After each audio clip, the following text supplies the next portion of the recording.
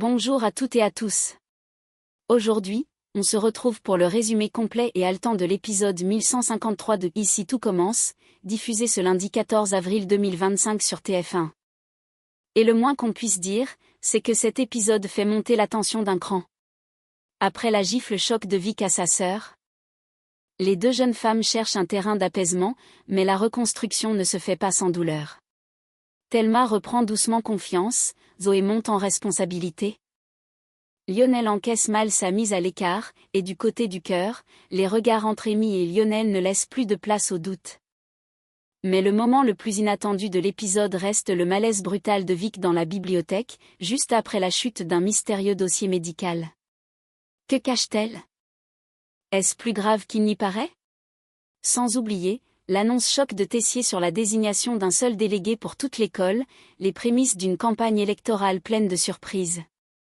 Et le retour d'une tension amoureuse du côté de Tom, Amy, et peut-être un Lionel blessé mais pas résigné. Un épisode riche en émotions, rebondissements et révélations à ne pas manquer. Installez-vous confortablement, et laissez-vous embarquer dans les coulisses de l'Institut Auguste Armand. Dans la suite très attendue d'Ici tout commence. Les tensions de la veille laissent des traces profondes, mais la reconstruction est déjà en marche, entre remords, réconfort et nouveaux objectifs. À la colocation, Hortense tourne en rond. L'air absent.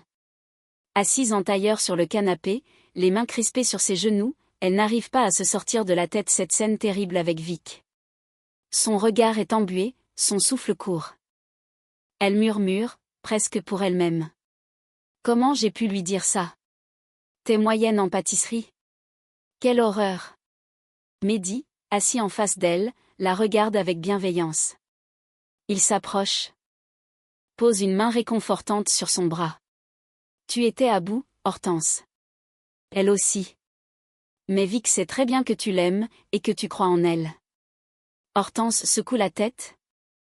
Les larmes au bord des yeux. Elle m'a giflé, Mehdi, mais je crois que je l'ai blessée encore plus fort, moi. Mehdi la fixe avec tendresse. Va lui parler. Ne laisse pas cette dispute définir votre relation. Elle est peut-être fière, mais elle t'écoute. Au studio, Vic est debout devant son plan de travail, concentré, presque rigide. Le front légèrement plissé, elle pèse, mélange, tempère. Mais ses gestes, bien qu'automatiques, trahissent une tension intérieure. Enzo arrive en silence, l'observe un instant avant de s'approcher. Tu bosses depuis vendredi soir sans pause? Tu veux pas au moins faire une pause câlin? Vic le repousse doucement, sans agressivité. J'ai pas le temps. J'ai un planning à respecter. Enzo soupire, visiblement inquiet. Tu penses encore à Hortense? Vic se fige un instant, puis répond froidement, presque sur la défensive. Non. Je veux même plus en entendre parler. Enzo insiste, plus doux. Elle était juste en colère. Mais elle t'aime, Vic. Et elle croit en toi. Un silence s'installe. Vic ne répond pas, mais son regard se trouble. Une fissure. Peut-être, dans la carapace. Plus loin, à l'institut, Thelma revient timidement dans les couloirs familiers. Elle tient son sac contre elle, le regard encore marqué par les épreuves récentes. Mais une détermination nouvelle dans les yeux. Tessier la croise au détour d'un couloir, s'arrête, et la regarde, presque surpris. T'as décidé de revenir en cours, demande-t-il. Le ton plus doux qu'à l'accoutumée. Thelma hoche la tête, un léger sourire aux lèvres. J'ai envie de reprendre. Retrouver une routine. Ma place. Tessier esquisse un sourire, rare. Bonne idée. C'est comme ça que tu vas reprendre confiance en toi. En cuisine, t'es à ta place. Elle le regarde avec gratitude. Pour la première fois depuis longtemps, elle se sent à nouveau légitime. Et quelque part, ça change tout.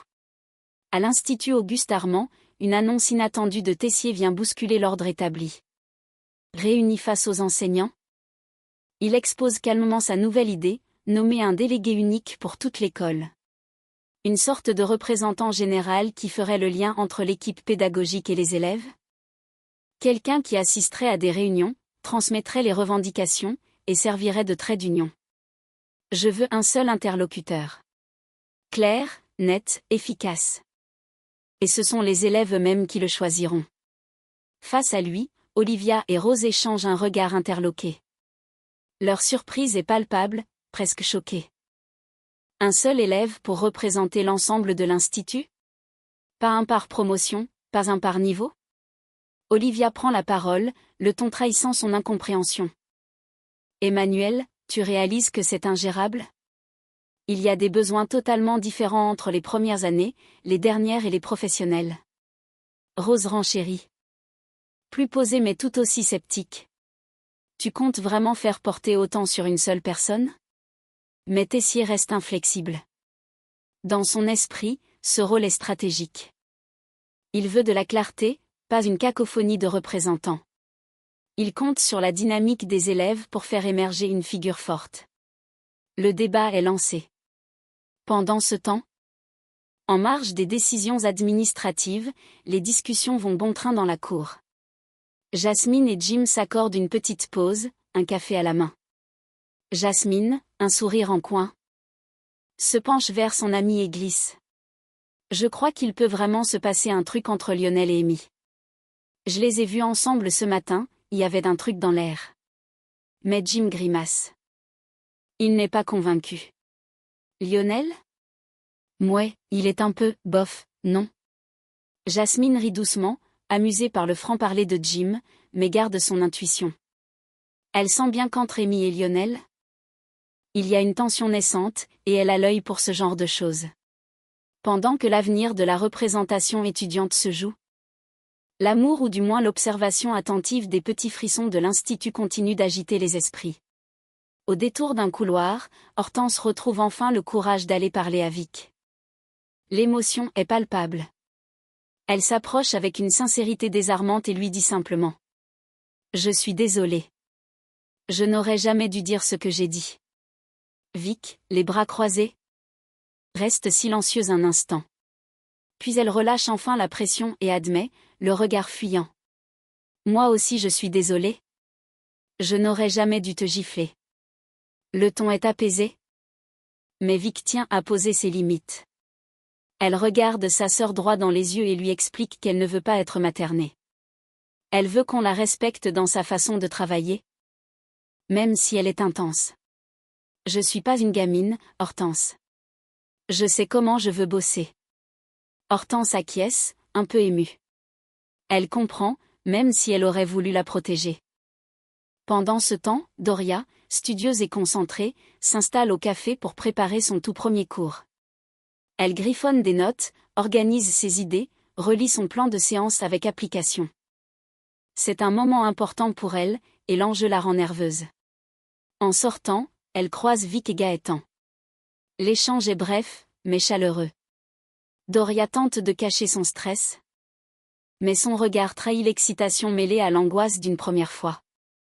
Un peu plus tard, Gaëtan rejoint Hortense et lui glisse une proposition attentionnée. Si tu veux, je peux lire les cours de Doria avec toi. Comme ça, t'es sûr qu'elle valide. Un sourire se dessine sur le visage d'Hortense. Entre les réconciliations et les petits gestes d'entraide, chacun semble vouloir faire un pas vers l'autre, comme si, après la tempête, les liens se renforçaient doucement. Dans la cour, Jasmine observe discrètement les échanges entre Lionel et Amy. Et finit par poser la question qui lui brûle les lèvres.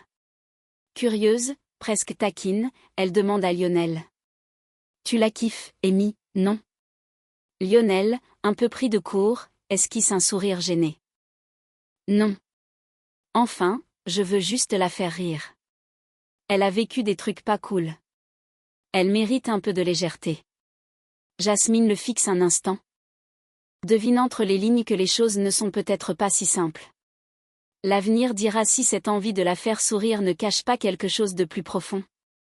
Pendant ce temps, la campagne pour l'élection du représentant des élèves bat son plein. L'élection est fixée à vendredi, et c'est Olivia qui se chargera du dépouillement. Elle insiste, ce rôle n'est pas symbolique. Il demande du temps, de la rigueur et un réel investissement. Le ou la future élue devra servir de relais entre les élèves et la direction, une mission de confiance. Tom, fidèle à lui-même, annonce avec assurance qu'il souhaite se représenter. Mais la réaction est glaciale, personne ne semble vouloir de lui dans ce rôle. Les sourires forcés, les regards détournés. Il comprend vite que son image ne colle plus à ce que les autres attendent. De son côté, Maya, plus stratégique, met la pression sur Léonard pour qu'il se présente. Tu serais parfait. T'es à l'écoute, t'es posé, et tout le monde t'apprécie. Léonard hésite, peu convaincu par son charisme politique, mais sent qu'il n'a peut-être pas vraiment le choix.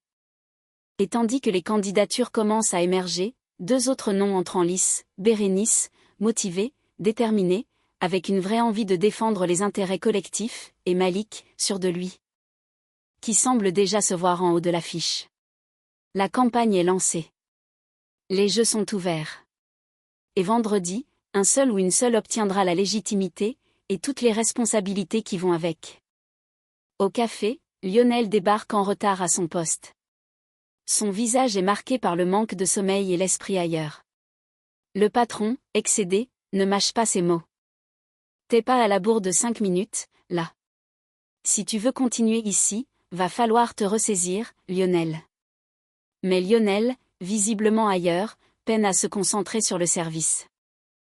Il a la tête pleine de questions, et une en particulier le hante. Est-ce que Mehdi a parlé à Jasmine de son crush pour Amy? Il veut en avoir le cœur net, même s'il tente de faire bonne figure.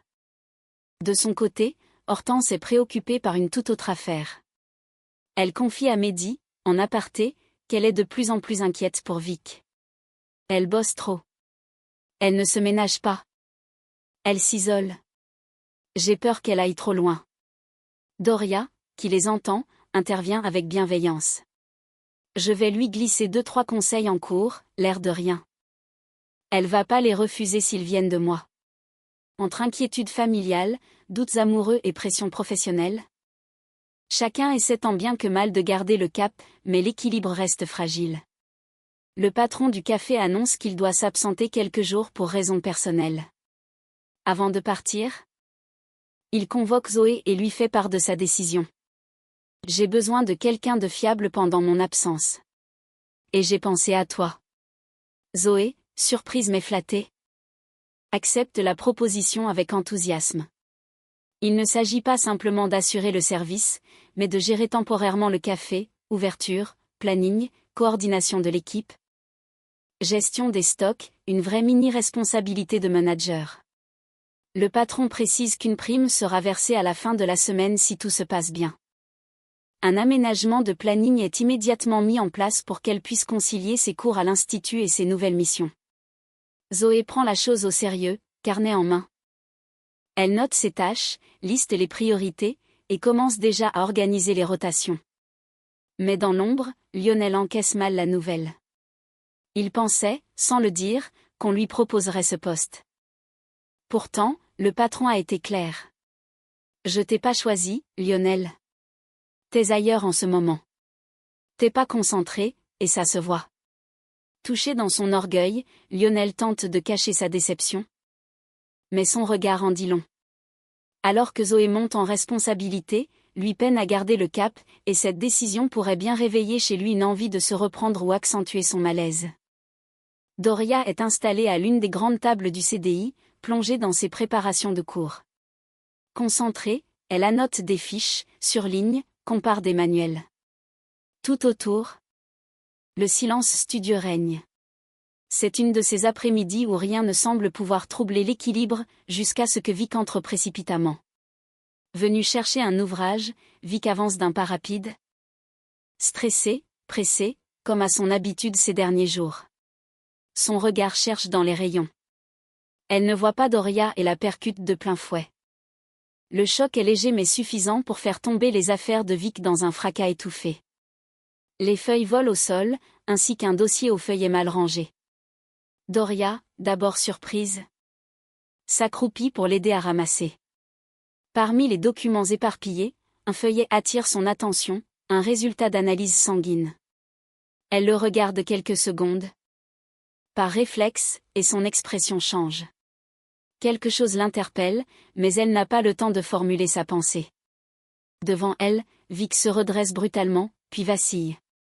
Son teint blêmit. Ses jambes flanchent, et elle s'effondre au sol, inconsciente, sous le regard choqué de Doria. Elles sont seules dans la bibliothèque. Le silence retombe aussitôt, mais tout a basculé. Doria. À genoux, appelle Vic, la secoue doucement, puis cherche son téléphone. L'inquiétude monte, qu'est-ce qui a pu provoquer ce malaise? Et surtout, qu'indiquaient ces analyses que Vic semble vouloir garder secrètes? Une alerte médicale? Un début de réponse vient peut-être d'être révélé, mais le mystère ne fait que commencer. Et voilà, c'est la fin de ce résumé intense de l'épisode 1153 d'Ici tout commence, diffusé ce lundi 14 avril 2025 sur TF1. Entre les réconciliations fragiles, les rivalités naissantes et le mystère médical autour de Vic, l'Institut devient le théâtre de toutes les tensions, mais aussi de toutes les espérances. Si vous avez aimé ce décryptage, pensez à liker, vous abonner et activer la cloche pour ne rien manquer des prochains épisodes. Dites-nous en commentaire, pensez-vous que Vic cache une maladie grave? Zoé va-t-elle assurer dans son nouveau rôle? Et pour qui voteriez-vous comme délégué unique de l'Institut? On se retrouve très vite pour le résumé de l'épisode 1154, et croyez-moi, les rebondissements ne font que commencer. À bientôt sur la chaîne.